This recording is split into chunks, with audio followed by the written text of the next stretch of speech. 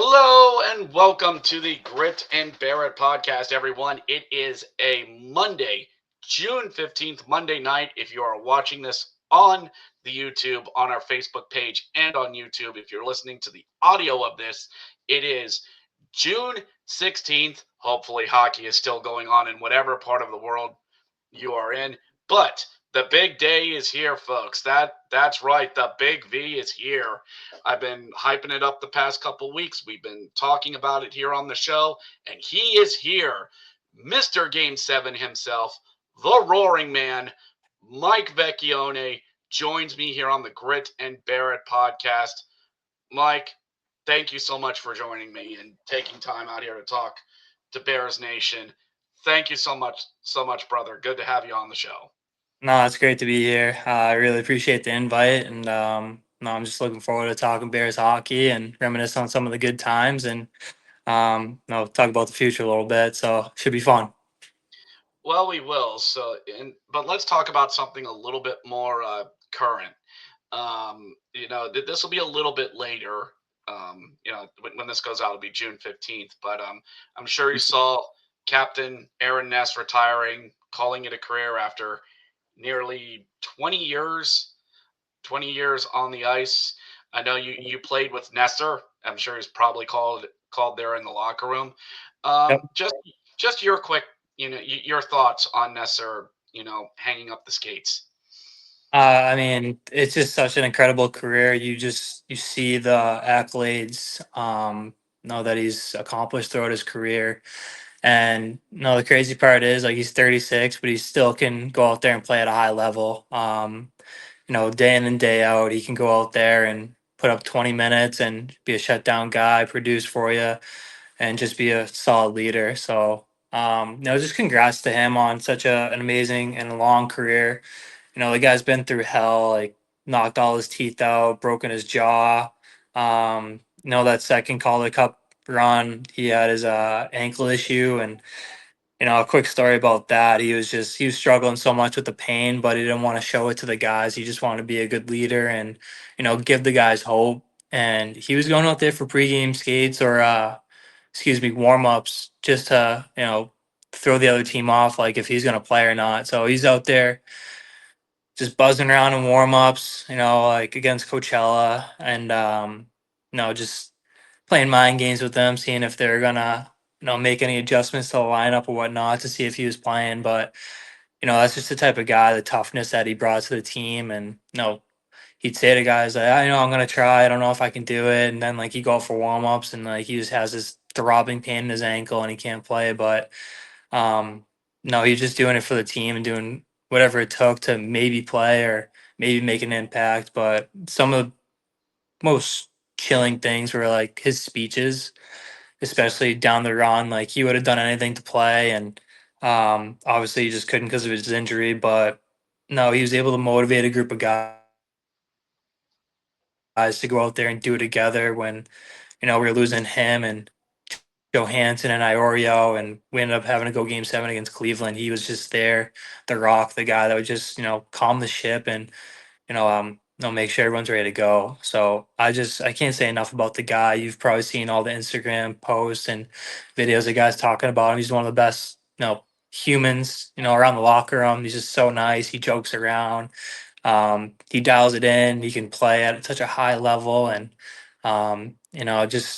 just good for him for being able to do it for such a long time and have such an illustrious career, playing the Olympics, and obviously have a strong wife and Sam and three boys to take care of. He's just the whole family is just amazing. So no, just congrats to him and everything he's done, and I know he's going to do great things in the future. He's just such a down to earth, loving person, and no, it's sad to see him go, but he deserves to rest up a bit and move on to his next endeavor. But I'm happy he got the captaincy. He's obviously deserved that for a long time, and there was no one better for that role. And no, obviously we share a lot of great moments together as assistant captains, and I learned a lot from him. Even though I'm only 3 years younger than him, he's a role model to me, and um, yeah, I just really thank him for everything he did for me, for Bears Nation, and the hockey world in general. Just this quick question on Ness, and I've kind of had this theory in my head with him. could you possibly see him as a coach in a few years? If that's what he wants to do, for sure. When it comes down to the X's and O's, he's just his IQ is head and shoulders above guys. That's why, like, as a smaller player, you have to know like the next play and what to expect. And he had the speed and the skill to play at a high level, but his hockey IQ, he's there as soon as you get the puck. He knows when you're going to dump it and he knows where it's going to be. He'll break down video and show you like little things that he saw that some other guys might have not seen. So, um, the way he's able to communicate with guys, I think, is the biggest asset of his. He can just really break it down, meet you at a very human level, and just talk to you face to face and explain something. And no, that's what I loved about him. He was just such a good guy to have around. You can bounce anything off of him, and if he wants to do player development, coaching, anything involved in hockey, he's an expert at it. He's been doing it his whole life, and um, he's a captain everywhere he went for a reason, and that's because he plays with his heart on his sleeve, and he knows how to motivate a group. He doesn't just talk to talk. He talks with a purpose, and he plays with a purpose, and um, yeah, if you wanted to coach, I definitely want to play for that guy because he's got it all. He's like I could absolutely see that for him. More scouting, or who knows? He just spends the rest of his time Yeah, with his family. anything in Like you said, hockey, he'll be great at for sure. oh, definitely. So, we'll so to pivot, as a TV show once said, we will. You came to the Bears in 2021, just after the time in hockey we will never talk of again. But some other Bears fans know you from the Lehigh Valley Phantoms, as from what I can see on Hockey DB, you were an undrafted free agent, if I'm reading that correctly, Yep. and you were brought, 4 years at Union College wearing the burgundy U jersey. You spent a couple years with the Phantoms, and then it seemed you went to the Rampage for a year, then Colorado Eagles, and then you land in Hershey. That's a bit of a journey in the American Hockey League, to go from the Phantoms to San Antonio, a team that doesn't even really know if it's going to be around, to the Colorado Eagles, and then Hershey. What was it like to go from those couple teams in such a short amount of time? Yeah, so I initially signed a 2-year deal with the Flyers. So I ended up in Lehigh for 2 years. And the first year we made it to the Eastern Conference final, lost to Toronto, and they went on to win the cup. So it was a pretty successful rookie season. I had some good points and, made it deep in the playoffs. And then the next year we didn't make playoffs and all the management changed. All the coaches got fired. All the GMs got fired. So it was a completely new cast of characters, and I wasn't sure where I fit in there.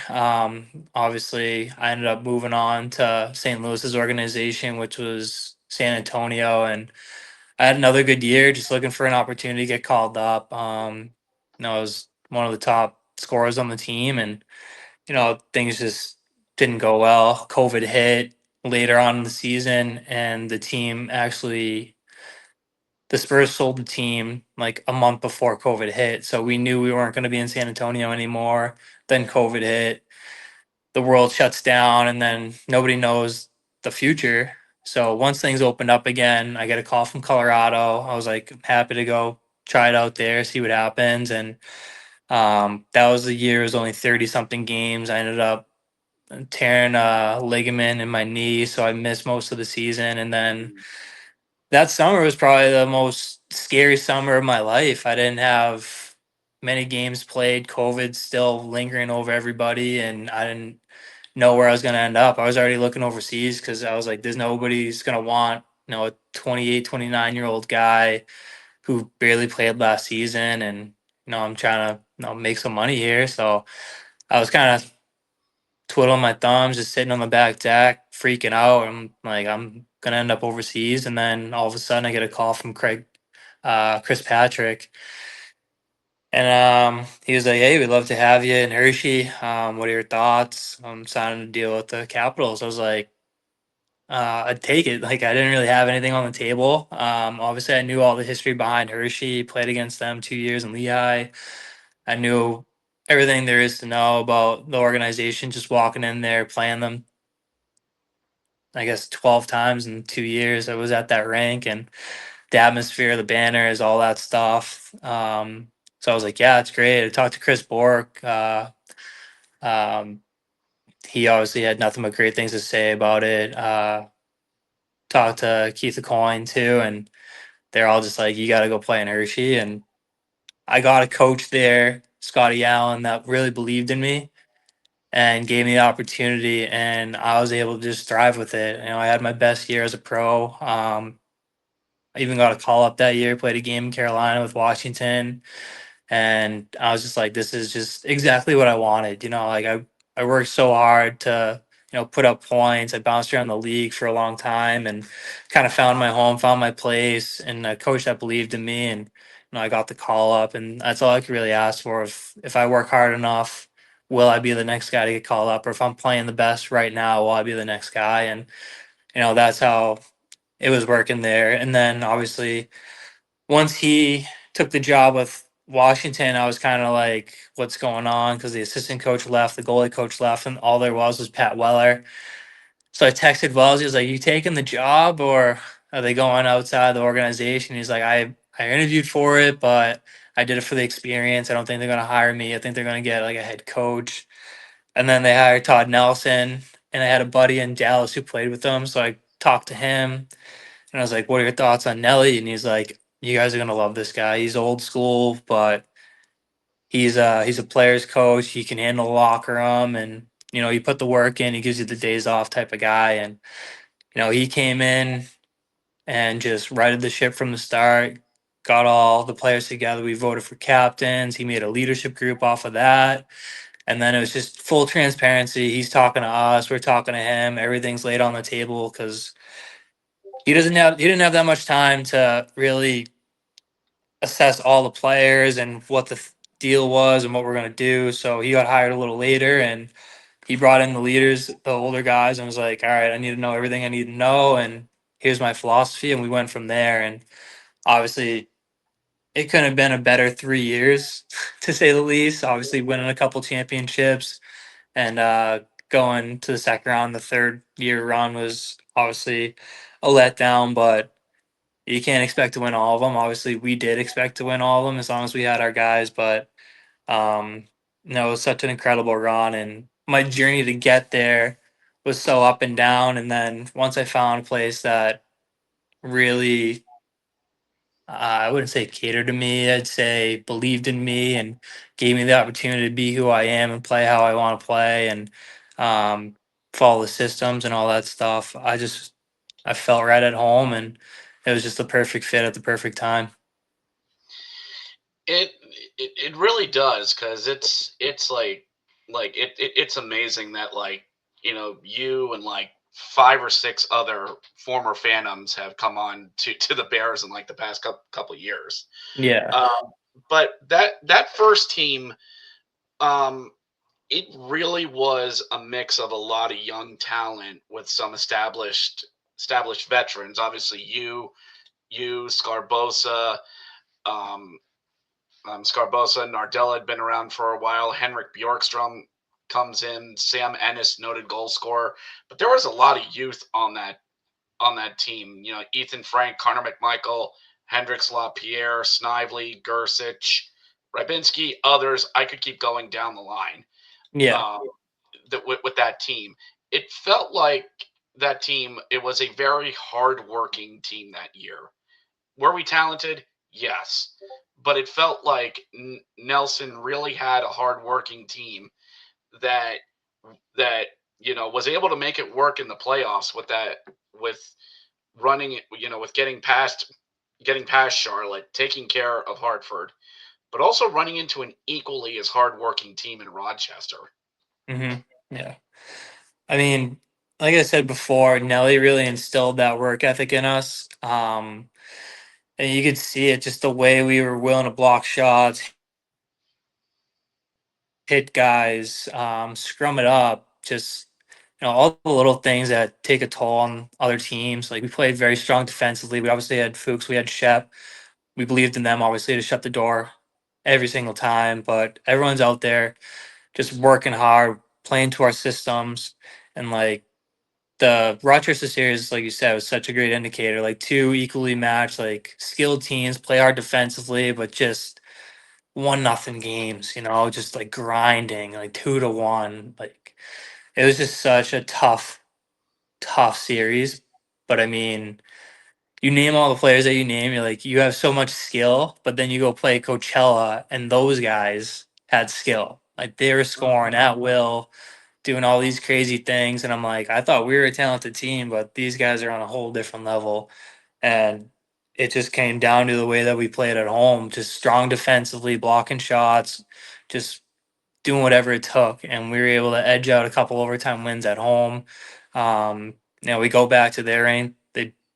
Every game except game 7 was a blowout. I mean, it was 5-0, 4-0. Game 6, I think, was 6-2. And Mm. then, we won 3 overtime games and a 1 goal game where everyone's laying out to block the final shot and you couldn't even hear the whistle blow. But that was Nelly for you. He skated us hard. Our practices were always difficult. As you got closer to games, it would obviously lighten up, but we were battling. We were doing some heavy skates, so we would have the legs in the third period and we would have the legs in overtime. And he would say that consistently from the start of the year to the end of the year. Anytime after practice, we're doing conditioning. He said we're putting money in the bank. We're depositing money in the bank. We're all like, what does that mean? And he was like, well, when we need to take a withdrawal out in the third period or late in overtime when guys are tired, like this is when it's going to pay off. And we'd all joke and we'd laugh about it. And then you look that whole playoffs that first year, we only got stronger as the game went on and we didn't lose an overtime game. So like after that first year, we're all like joking about it, giving him shit and everything. And then he brings out the facts like we got better as the game went on and we didn't lose an overtime game. And we're like, hey man, like that's where you're the head coach for a reason. You understand what it takes. And the next year was the same thing. We were just everybody bought in because we knew it worked. Obviously, we lost that 1 overtime game to Cleveland, the Christensen, where he roared at us, but that was a huge mistake because we came back roaring, and Garrett Rose scores that game 7 winner to propel us to the championship, and we didn't hold anything back. We won that one in 6. So, um, yeah, it's just like the amount of time and effort and just like the grind of playing and practicing with those guys. It was just so much fun because we had such a great group of guys, and obviously like we talk about Nelly all the time, but like Booter and Wellesley and we call Adam Perna the video guy Blade, and all these guys, even you, the goalie coach. We all just meshed so well together. We could all just talk to each other. We could all joke together. We could take it seriously if we needed to. And the training staff, the equipment guys, like every single person associated with the Bears during that span was family. Like Nelly brought everybody together. We had a big pig roast to bring everybody together and just really set the tone for the season that this is our family. This is who we need to rely on. And, you know, it was just like the coolest thing I've ever been a part of because everybody did love each other. Everybody believed in each other and we were able to do such great things once you establish that foundation and really come together as not just a team, but as like a whole family unit, like wives, girlfriends, parents, siblings, whoever is in town, they're always welcome to be a part of this family. And um, I've never experienced anything like it. And I think that's why not just those teams were great, but just the Bears organization in general, because that's all I've heard about the Bears since I've come into the league of how great the foundation, the culture, just like the alumni, everything about it is just so special and it means something. And um, I'm sure if everybody could, they play for Hershey because it's that type of place. Yeah, we hear that a lot, and I think the late great uh, Gordie Howe said anyone who's anyone in the world of hockey has come through Hershey, Yeah, and he is. He is not wrong, Yep. in a way. So let me ask, how did you come up with the roar celebration? I'm sure you probably heard that a couple times, but Yeah, like yeah. like where was that, was that something you just improved or just a thing? Yeah. Um, so it was after my first year in Hershey, so year two. I don't know where it came in. It might have been like on the golf course, preseason, anything like that. But I was just messing around. I'm like roaring like a bear. I got the claws out and everything. And I was like, I might just do that on the ice. Like we're on the golf course, I chip, get a birdie. I'm always doing like the Kuznetsov eagle thing, like a birdie. Or if I get an eagle, I'm yelling eagle. But then like I don't know, maybe just like one of those things. So like I must have like made a putt or whatever, just like roar real quick. I don't even think I was on the golf course, but I was thinking about it. I did it in an inter squad scrimmage. I scored in a shootout on Garen Bjorglen. Came down the bench and I just like roared at everybody and they were just laughing hysterically. And they're like, "You got to do that on the season opener." I was like, "I'm gonna get beat up if I start roaring at guys out there." So I think it was like game one or game two against Lehigh. I caught like a breakaway pass, I score, and I see everybody like leaning over, like, "Do it, do it." So the first one just rawr, and from then on, it just caught fire. Everybody was just heckling me to do it. I'm cracking up. The fans are doing it. I'm getting asked to like do it at practice. I'm taking pictures with people after practices and games doing the roar. And then, we were just having such a good season. Everyone's having a good time. Everybody's scoring. I'm like, hey, like, if you score tonight, like, you got to do the roar. And say, like, Connor McMichael would do it, Borgie would do it, Beck would do it, Mo would do it. It just started, like, everybody who would score would come down. Rawr. You see it in the video that they made for us when we won. Like, it catches fire. Everybody's doing it. And it kind of became our identity. It just, I don't know like what else to say about it, but it was probably one of the funner things I've been a part of. Everybody's roaring. Nellie's roaring at us after a big win. Um, yeah, it was something that we all did, and it was obviously like our team Selly, but it just held much bigger weight that we were able to do it together. And then end up winning a championship, and everybody's in the picture roaring. And I have that picture hung up downstairs, and I get emotional thinking about it because of everything I've said before. Just the players, the wives, girlfriends, family, coaches, equipment guys, trainers, like that whole season, the whole 2 seasons. It was just such an amazing ride, and everybody did play a part of it. It takes a whole, community of people to do what we're able to do. So yeah, just the roar. That'll never be forgotten. I still have people ask me to do the roar, and I'm happy to do it because it was such a fun time. That is amazing, and you're right. Especially in today's age when teams try to look for anything to go either viral or to make a marketing campaign, what you did was like any team media member will go, yes, put that on a program, put that on a social media post. We are using that. Yeah. And So, it came so organically too. It wasn't oh like yeah, anybody told us to do this or that.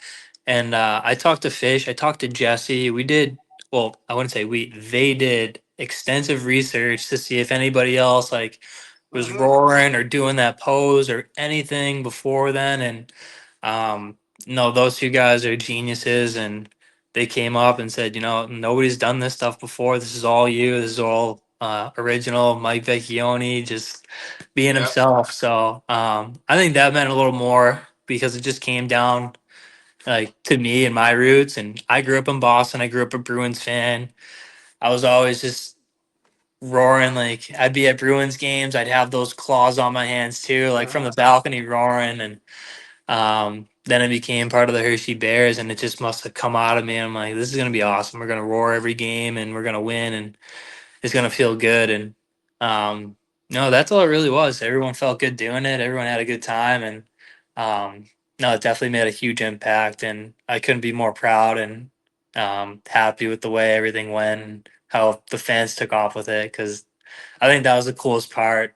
Seeing fans in the stands up against the glass roaring at me if I'm scoring a goal, or just after a game, you go down the tunnel, you see everybody just like hands over you, roaring, screaming, and oh man, like I miss it so much. There was just no atmosphere like that.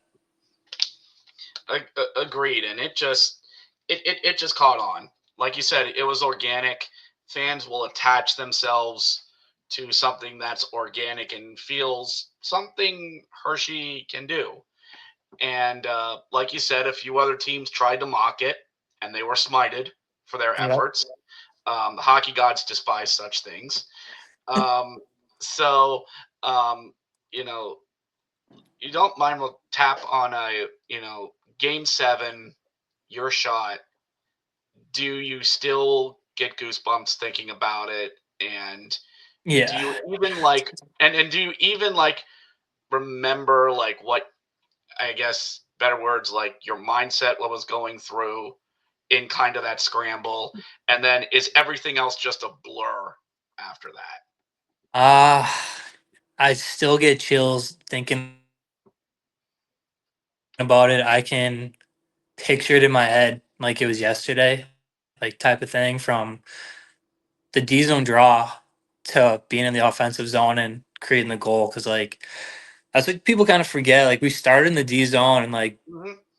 Borgie, I'm pretty sure Borgie won a face off. We get possession and then like we make plays to get out of the zone. I stretch to the far blue line and I get a pass. I get over the blue line. I throw it over to Borgie. We called him the magician or whatever because that guy could dance with the puck, and you could see Mm-hmm. it on that whole clip. Like he's got the puck and guys can't get it away from him, and he's getting double teamed. And I'm just trying to go in there and help, but like he's spinning off guys, doing his thing, and um, he rolls out. He tries to give me a little backhand sauce and doesn't quite reach me, but I whack at it.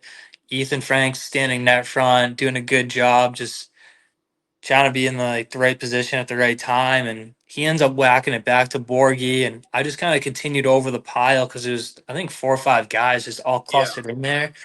Obviously, it's late in overtime, and nobody wants to give up a goal at that point. And I mean, I try to take that first shot, it bounces around. Ethan Frank whacks it, Borgie gets it, and he's just like doing his thing, and I just go to the back post where nobody was, and he was able to find a seam, and I had a wide open cage, and I shot as hard as I can in the back of the net.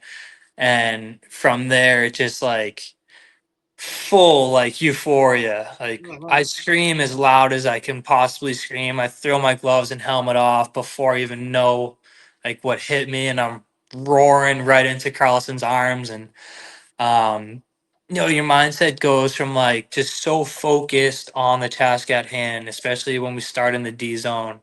It's like, all right, my assignment is we win the draw, I box out, I go to my point, we break the puck out, and then like we just try and get into the O zone and we start to work. And then it goes from like such focus and just like you're playing hockey. And I feel like at that point of the game you're playing a little conservative because it's late in the period of overtime, and you don't want to give up that last goal, like everything I already talked about, but you still are driving, driving, driving, and like we score, and I just I got chills again thinking about it. Like it goes in the Mm-hmm. back of the net, is screaming, and everybody just starts jumping on you, and then you get like completely lightheaded, blackout, claustrophobic, all that stuff. Because I'm already out of breath from yelling, screaming. Everyone's hugging me. I got Gabe Carlson crushing me, and then I got Big McElrath crushing me. Two of the biggest guys on the team. Um, and then you just got every wave of like next wave of players just like squishing you against the boards. So by the time I got out of there, I couldn't even breathe. But I just like I remember holding on to Mac and just like tucking in his chest. I felt like a little child, and I couldn't believe it. Still, like everyone's like hugging me and like saying congrats, like we did it, we did it, we did it, and I'm just full blown tears. Like still can't believe this is happening, and I.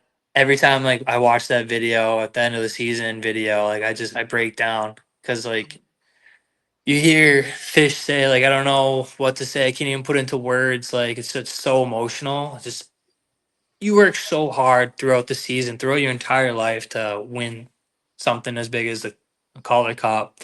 And obviously, every kid's dream is to go play in the National Hockey League and raise a Stanley Cup. But obviously, that wasn't in the cards for me. Like I think I put my best foot forward and I tried my best, and only ended up with 3 games. But the AHL is where I was supposed to be, and just that whole season from start to finish was, you know, one of my best AHL seasons career wise, points wise, and just the stuff we were able to win. Like I just had such an amazing year and it was such an amazing ride. And to do it with those guys too, like we weren't the favorites, we weren't the top seed. Like Providence was better than us. They beat us 5 out of 6 times that year. They end up getting knocking out. And I was like, all right, we have a pretty clear shot to the final.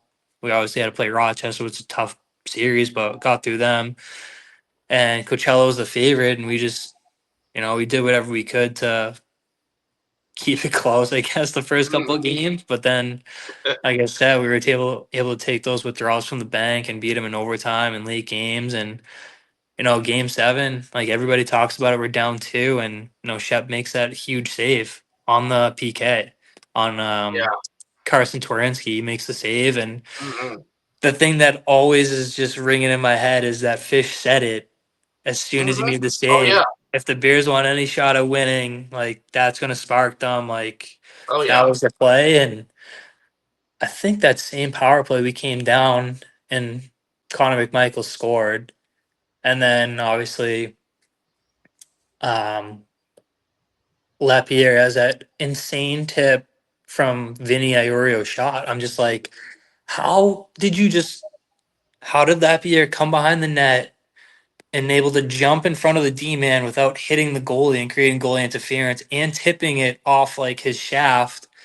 I'm just like, everything was meant to happen the way it did because some of the stuff, it's just, you can't write that. It just doesn't make any sense. So, for two rookies to do that too, Vinny and Lappy were both rookies at the time and came up with a huge goal. I think Pro even had an assist on that, who he got a couple months earlier. So it's just like, everything just fell into place at the right time, and um, didn't even talk about Sutsy, Melenstein, and Morelli starting every game against everyone's top line and dominating in that aspect.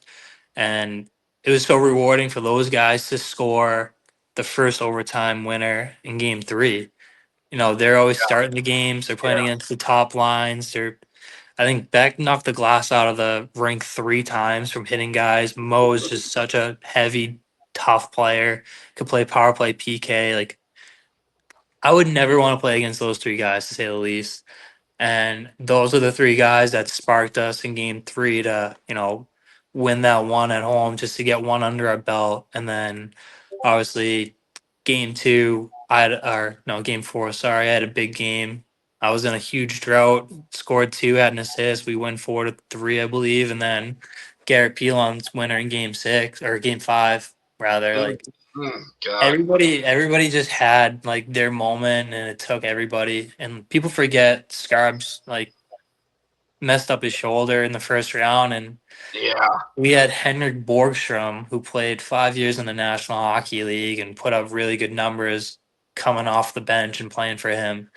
So it's just like it's crazy to think like you lose Scarbosi, a top center, like you're gonna drop significantly, but Borgstrom was out of the lineup. He had some concussion problems. He wasn't playing to his best abilities, and he came in the lineup.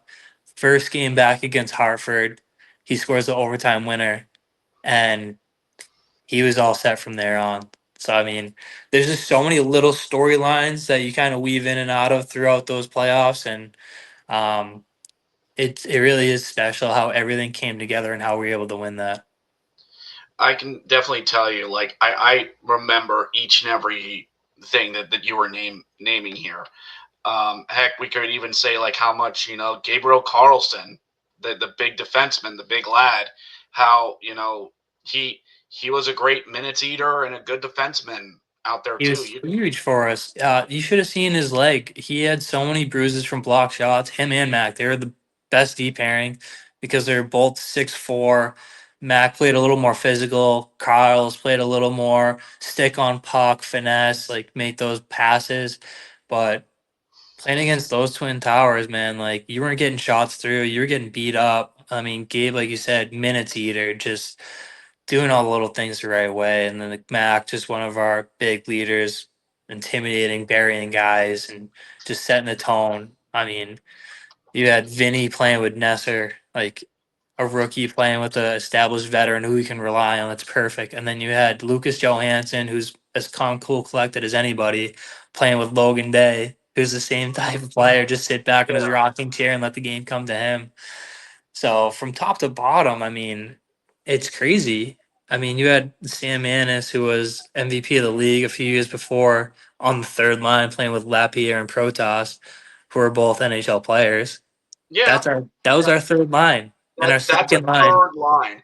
Any, our I mean, it, our it, second line was Garrett Pilon, Connor McMichael, and Joe Snively, who all played relatively good NHL games. Obviously, Connor's in the NHL. Snives had good numbers in the NHL.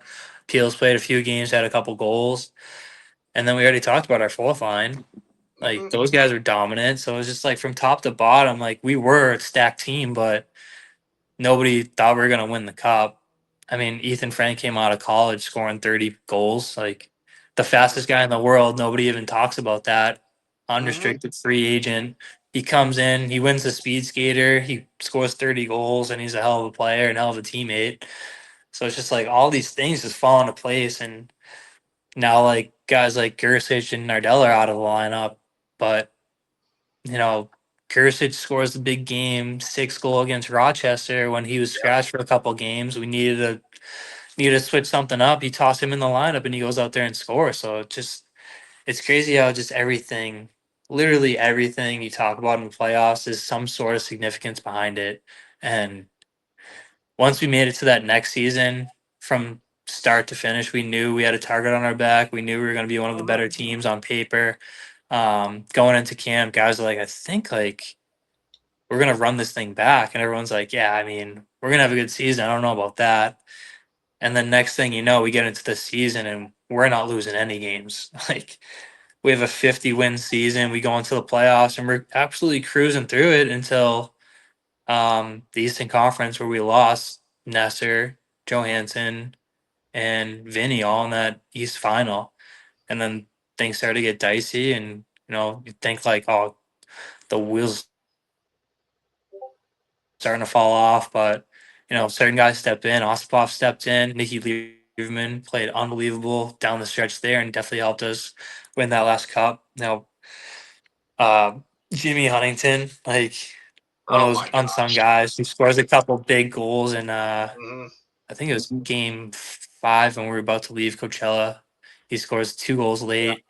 Hardy scores like a huge short side goal that people Mhm. forget about that Drieger probably should have had, but um, and then the most overthought, or I guess, how would you describe it? The most, I don't even know. But you got Doobie scoring a hat trick in game 6, and nobody talks about it because Matt Strom scores the overtime winner. So, like, Doobie loses all of his teeth on an Ethan Frank shot in the East final. So, we actually lost him too. So, now we're Mhm. down 4 starters, and he comes back with a bubble on in the final, and, he's playing great.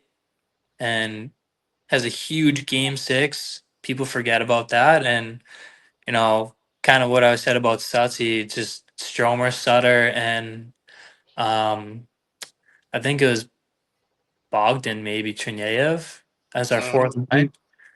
Those guys, same thing, like going to play shutdown minutes against top guys like Devin Sher and Podorowski and all those Colins. Like they're playing the toughest minutes against top lines, and then they go out and score the game winner. I mean, it's just poetic because those guys have been overshadowed, overlooked, you know, looked upon to just PK and take defensive zone draws and like shut down other teams' top players. But for them to go out there and score the big goal, that meant everything to us because they do all the dirty work. They deserve to get the glory, and it was just so good to see those guys come out on top, and it was such a rewarding moment for all of them. They certainly deserved it. They've earned it, and I know that's why they start in most periods and overtime because Nelly trusted them. We trusted them to get us going, and not only did they get us going, they won it for us.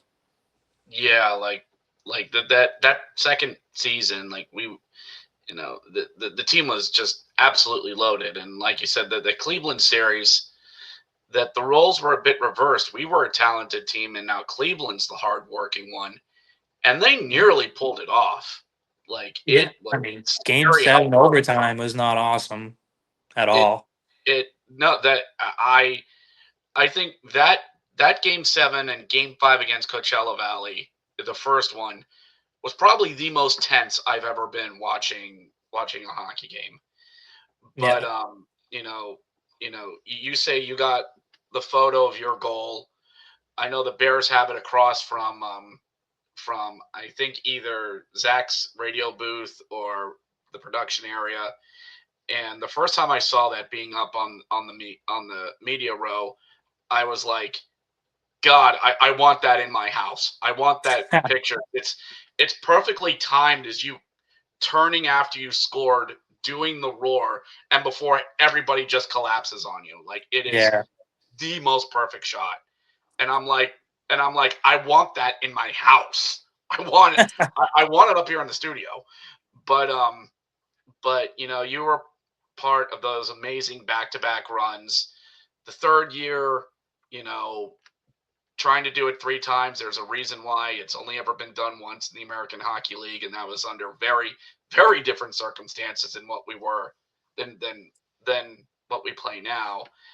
And you just kind of sense that the end was coming, and you just kind of enjoyed the ride there at the end. And I know a lot of Bears fans wanted you to stick around, and we still pull for you to come back. So what's it like? What's it like been overseas over there in Europe? Yeah, I mean, it was obviously a tough decision to go over there.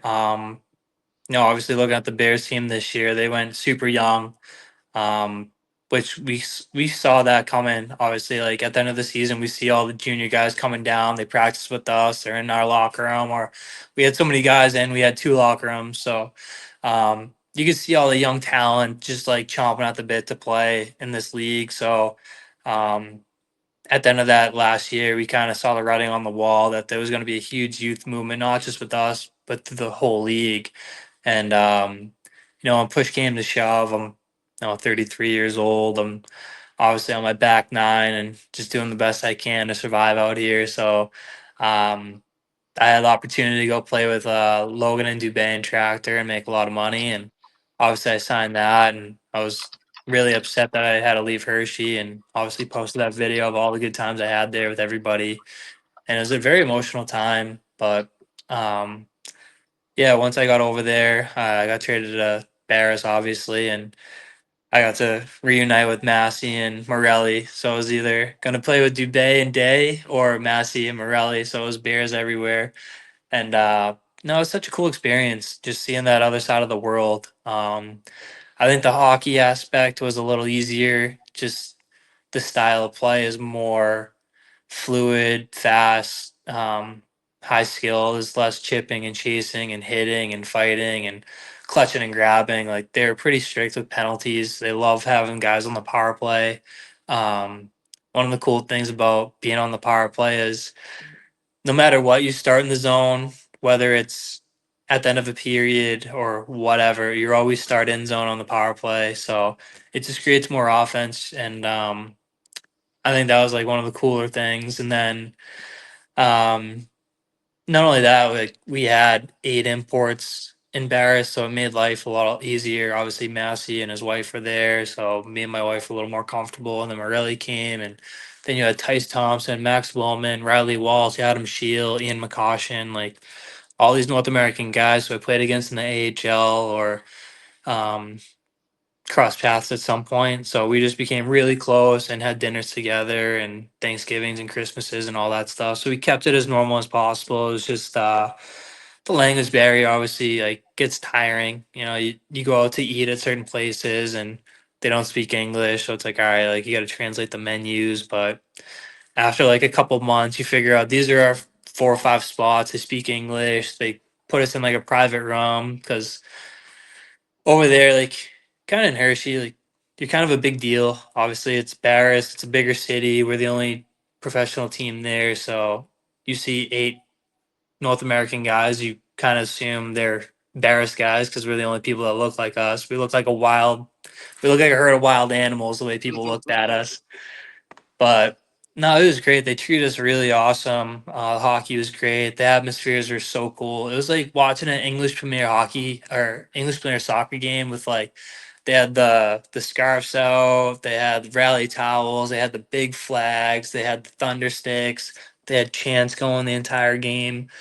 Um, so just that type of atmosphere was pretty cool to experience. And um, yeah, like I said, the hockey was cool. Seeing all the cities that I never thought I was going to be able to see. Like you're not even allowed to go to Russia, and I'm out there traveling Moscow, St. Petersburg, Sochi, Yekaterinburg, all these beautiful places, and um, just get to like see what life's like for them. And you know, the people of Russia are just so like down to earth and cool. They'll ask like where are you from? We say America, and their eyes light up like, oh, what's America like? I want to go. And you have like a little conversation if they speak good enough English. So it was cool to see how other people on the other side of the world see America. And um, yeah, it was such a cool experience. And even the Kazakh people, they brought us in with open arms. They showed us their traditions. We went horseback riding. We had a meal and a I forget what it's called, the little hut the traditional hut. But no, it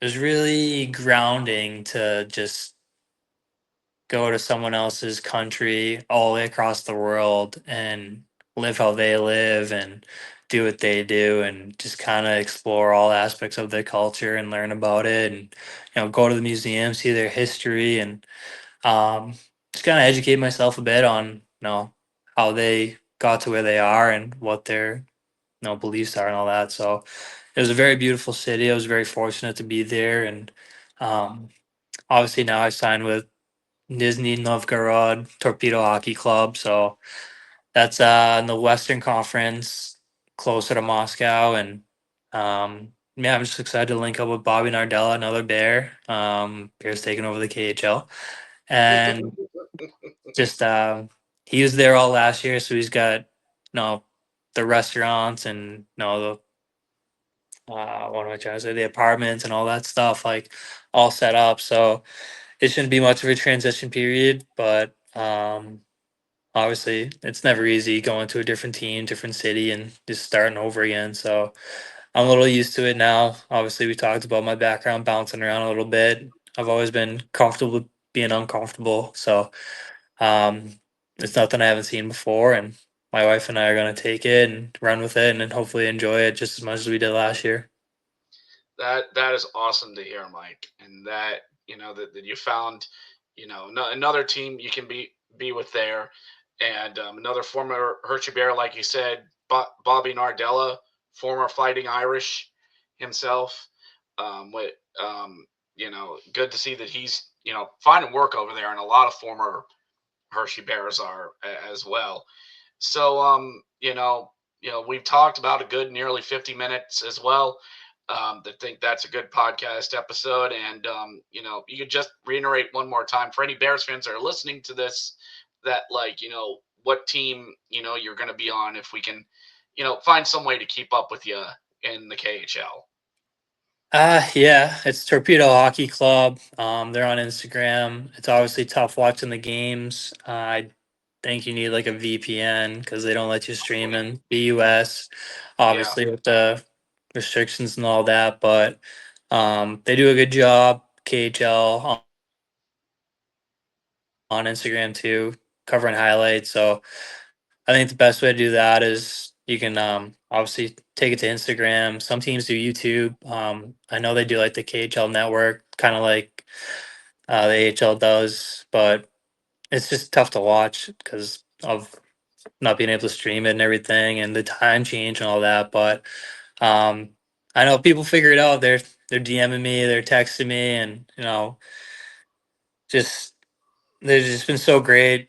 Keeping in touch and make me feel missed, and it's good and bad because I love seeing the messages and it makes me feel whole, but at the same time, it makes me miss Hershey all that much, and um, I think that's the toughest part after 50 minutes of talking and reminiscing and talking about all the great things that happened the past 4 years. It's obviously tough to move on and do something new, but that's the game we play. It's a business, and I understand that aspect of it. So they're just got to do what they got to do, and I gotta, you know, chase the money as long as I can, and hopefully I can play for 4 or 5 more years. But at the end of the day, like we're all gonna retire at some point, and you just kind of look back on the places that made an impact on you, and obviously Hershey's the one for me, and um, I'll always have a special place in my heart for the Hershey fans, the Hershey community, everybody in Hershey, and hopefully one day we'll get back there for a reunion and see everybody. Oh, I bet. I bet they'll do Yeah, something with that. And you know, yeah, I don't have to say it. You're very much missed here in Bears Nation. I'm sure you're always reminded of that. And yeah, and people will, like you said, it is a little hard to follow the KHL, but people can look it up on Instagram. They can post infographics whenever you're player of the game or something, star of the match, whatever they call it over there. We can't read everything on it, but we can know, oh, that means a goal. Oh, you got a goal and 2 assists. yeah, Okay, we'll just read the numbers. so that's all it is. so so Mike, thank you very much for everything. And this was a great talk to have on with Bears fans. Thank you, Bears Nation, for tuning in to this episode, whether you watched it on YouTube or whatever podcast platform you're listening to this on. Follow it on whatever podcast platform you are. And remember, above all else, go Bears. And we'll catch you next Absolutely. time. Thank you, Rich, and thank you, Bears Nation. I appreciate it. Yep. Thank you again, Mike, for your time, and we'll catch you later, Bears fans. Take care.